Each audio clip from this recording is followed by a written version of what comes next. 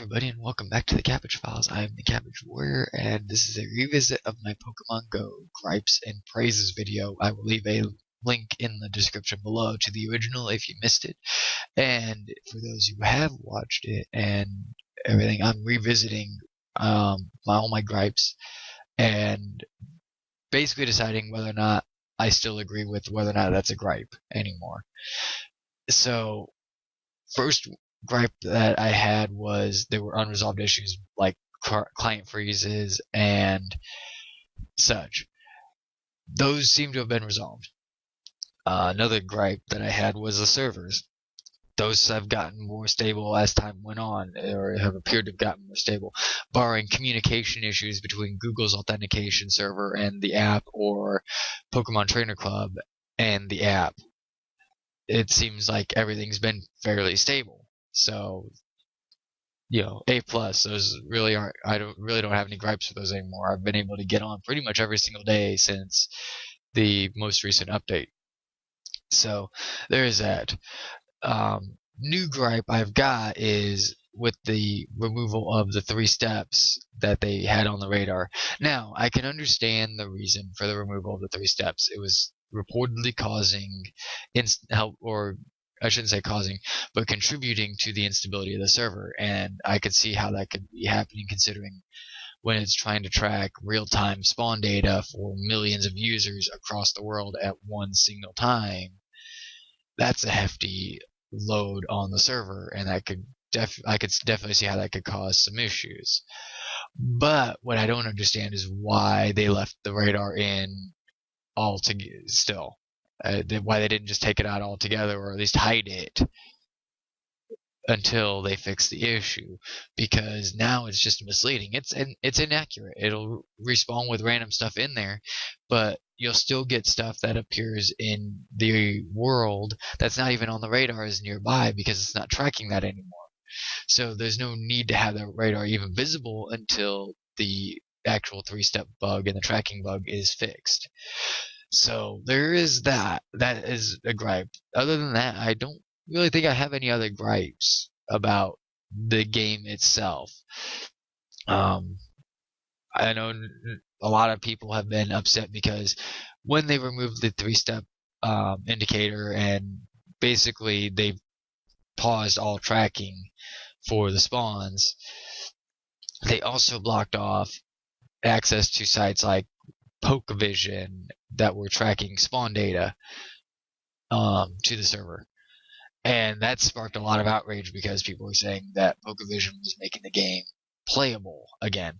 Now, that's debatable to me because I might be mistaken on this, but when you have to switch between the app and PokeVision, if you're doing it on the same device, you end up losing the GPS signal, and by doing that, when it comes back in and gets your GPS location again to spawn you back in, it resets your starting point, which means that if you walked, say, 1 kilometer from the time that you first opened PokeVision to the time that you closed it and switched back to the app, you've just lost 1 kilometer of egg progress right there that you're not going to get back.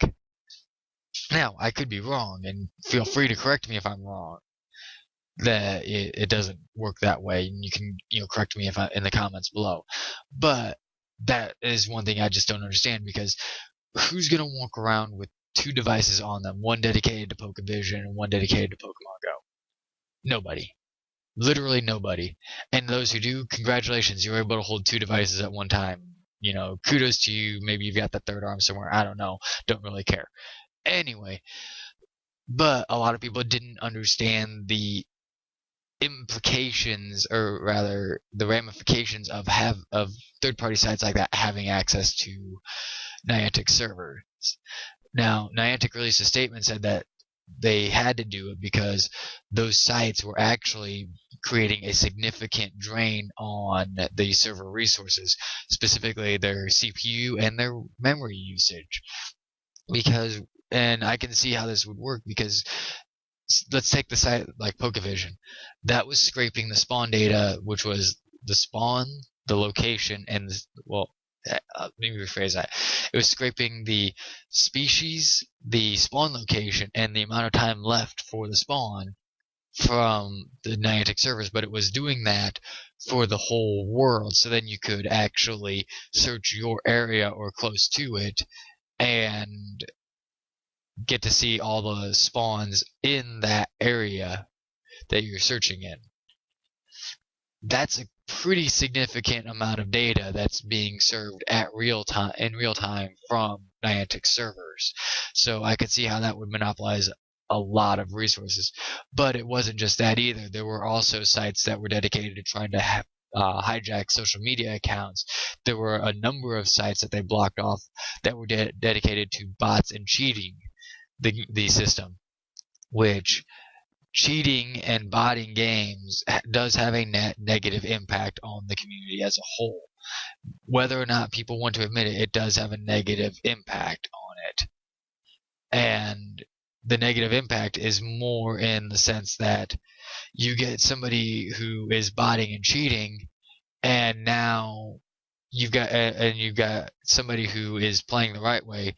The person who's cheating is obviously going to be further ahead than the person who's playing honestly, unless the person who's playing honestly is just that good and is able to really power level, which is a whole different story. But basically, the people who are cheating are getting stuff easier than the people who are playing legitimately, and it just becomes this whole discontent. It breeds discontentment among other players within the community. It's a negative impact. Trust me, you don't want people who cheat in any game. It's stupid. I can't understand why people would put so much effort into cheating when it's so much easier to just play the game as it's designed. So there is that. I know one big complaint I saw within the community was that Niantic doesn't communicate enough. But the problem is that, one, PokemonGo has been out for the better part of a month and a half. I'm probably closing in on 2 months now. I'm not entirely sure. All the days have just kind of blended into one for me for various reasons. So there's that. And in that time frame, they've spent a significant amount of time trying to figure out how to block off and mitigate these drains on their server resources. And there's been that, and as well as maintaining the code for both the Android and the iOS versions of the app. And while they are functionally the same, they're two completely different sets of code, because you've got the iOS version that is a native app, as well as the Android version, which is also a native app. They don't use the same exact code. They use the same functional code, but the syntax is completely different, in the sense that they're two completely different sets of language and two different frameworks. So that's a hefty amount of work. And granted, yes, these people are professionals, but the fact that there's the complaint of lack of communication, but then they came out and communicated, and people were still upset because the communication was not what they wanted. But the nature of development, and the nature of any kind of development, doesn't matter if it's a website or if it's an application or if it's a game, is that if you get any kind of communication from the developer, that's great. But you have to understand that it's not always going to be what you want to hear. They're going to tell you what you need to hear. They told you exactly why the 3-step indicator was completely removed, and what they're doing to fix it. They also released a statement explaining why they blocked off sites like Pokevision, and people are still upset because it's not what they wanted to hear. But the problem is that they can't tell you what you want to hear, because if they tell you what they want to hear, they'd be lying to you, pretty much. Now, well, they wouldn't necessarily be lying to you, I shouldn't say, but they could potentially come off as dishonest if they say something and then end up doing something different. And it's a very hairy thing, and there's a very fine line between communicating and not communicating.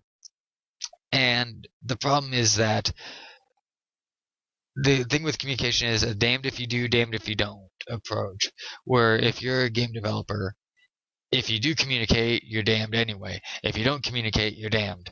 So it's a lose-lose situation if you're a game developer, because if you communicate, you have to take away time from your development cycle to make nodes. And yes, Niantic more than likely has a PR department, but the notes that the PR department uses to prepare statements come from notes that are given to them by the development team.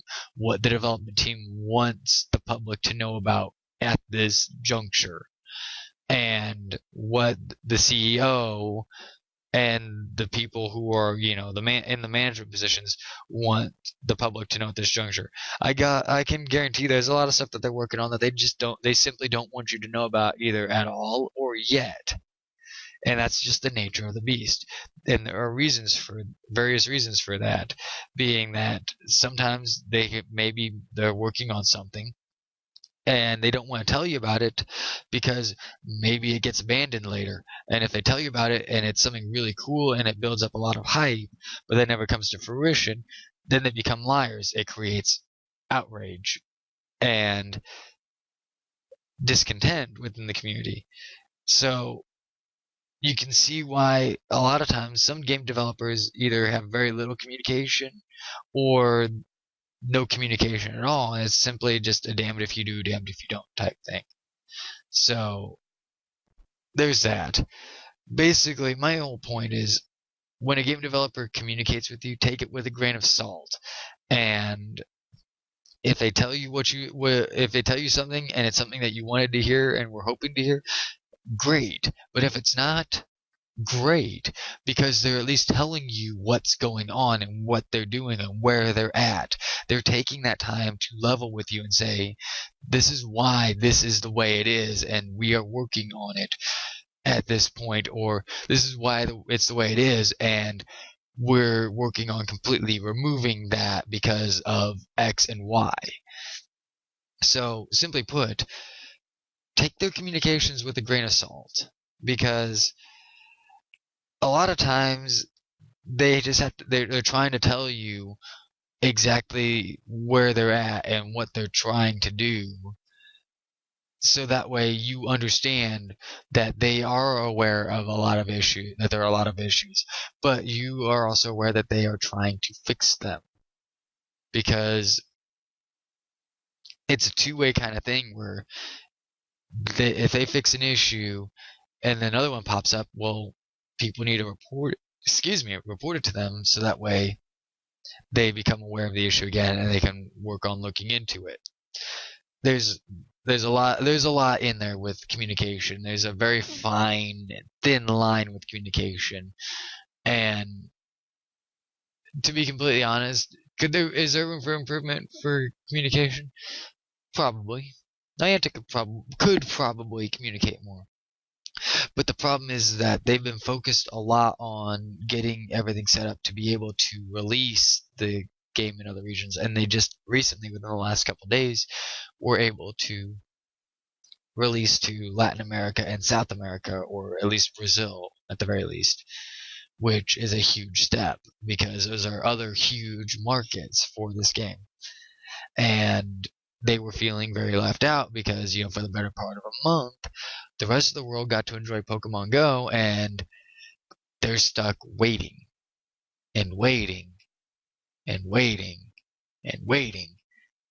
And it seemed like there was just no indication of whether or not they would ever get it, and then they finally were able to get it. And I think Niantic even released a statement saying, yes, we are working on a Latin America and South America release. They're slated for one of our next releases, but we have these issues that we need to come up first. So, simply put, again, and I can't say this enough, if a game developer or a development studio communicates with you and releases any kind of information, just take it with a grain of salt. It's not always going to be what you want to hear at all. And it can't always be what you want to hear because there are multiple reasons why. If what you want to hear never comes to fruition, then they've built up all that hype and now they're suddenly liars. And they have to sit there and retract all that statement all those statements from prior to and say, no, we couldn't do it because of this, or they just simply put, no, we couldn't do it, or they just abandoned it in general. So take it with a grain of salt and cut them a little bit of slack. This is really their first major title that they released, because to be completely honest, I'd never heard of Ingress or Field Trip until I actually started researching into Niantic and the history behind PokemonGo more. And that just shows that Niantic, while they have experience working with these augmented reality technologies, they don't have experience working with major name titles, major IPs, which means that obviously there's going to be some hiccups. And we just need to be patient with them and let them grow and understand how a community, a very large and vocal community, works and is, how do they get information to us that we need to know, while at the same time getting their work done. And they're working on that. I've seen more communication in the last few days from Niantic than I've seen in the first couple weeks since the release of the game, at least in the US. I think the most recent update is the first one, at least in the Google App Store, that actually had release notes saying what was changed in the update, which is another positive step forward, because nobody likes updating and not knowing what the hell changed, right? Would you rather know what changed in an update, or would you rather just be able to blindly update and not know what is fixed and what wasn't? So just be patient with them, let them grow, and they will eventually either grow and flourish with their communication, or they will fade into obscurity and people will quickly lose interest in the app. I personally disagree with the opinion that Pokemon Go and Niantic are going to basically kill themselves off. I disagree with that. I think that they are actually eager to take the bull by the horns and to actually succeed with this and make a mega hit of a game. I've got confidence that they can do it. But the problem is whether or not the community and the Pokemon community actually has the patience to work with a still relatively new company, and to understand that they aren't used to working with such a large fan base. And now they've got a huge fan base, and they don't really, as far as I can tell, they really don't know what to do with it. So, just sorry if I'm saying this over and over and I sound like a broken record. Just be patient, okay? That's all I've got for this one. Thank you all for watching, and if you like this, hit that like button. If there's anything I missed, or you'd like to, cuss me out because I said something wrong or I rustled your jimmies, go ahead, write in the comments below, and I will see you all in the next one.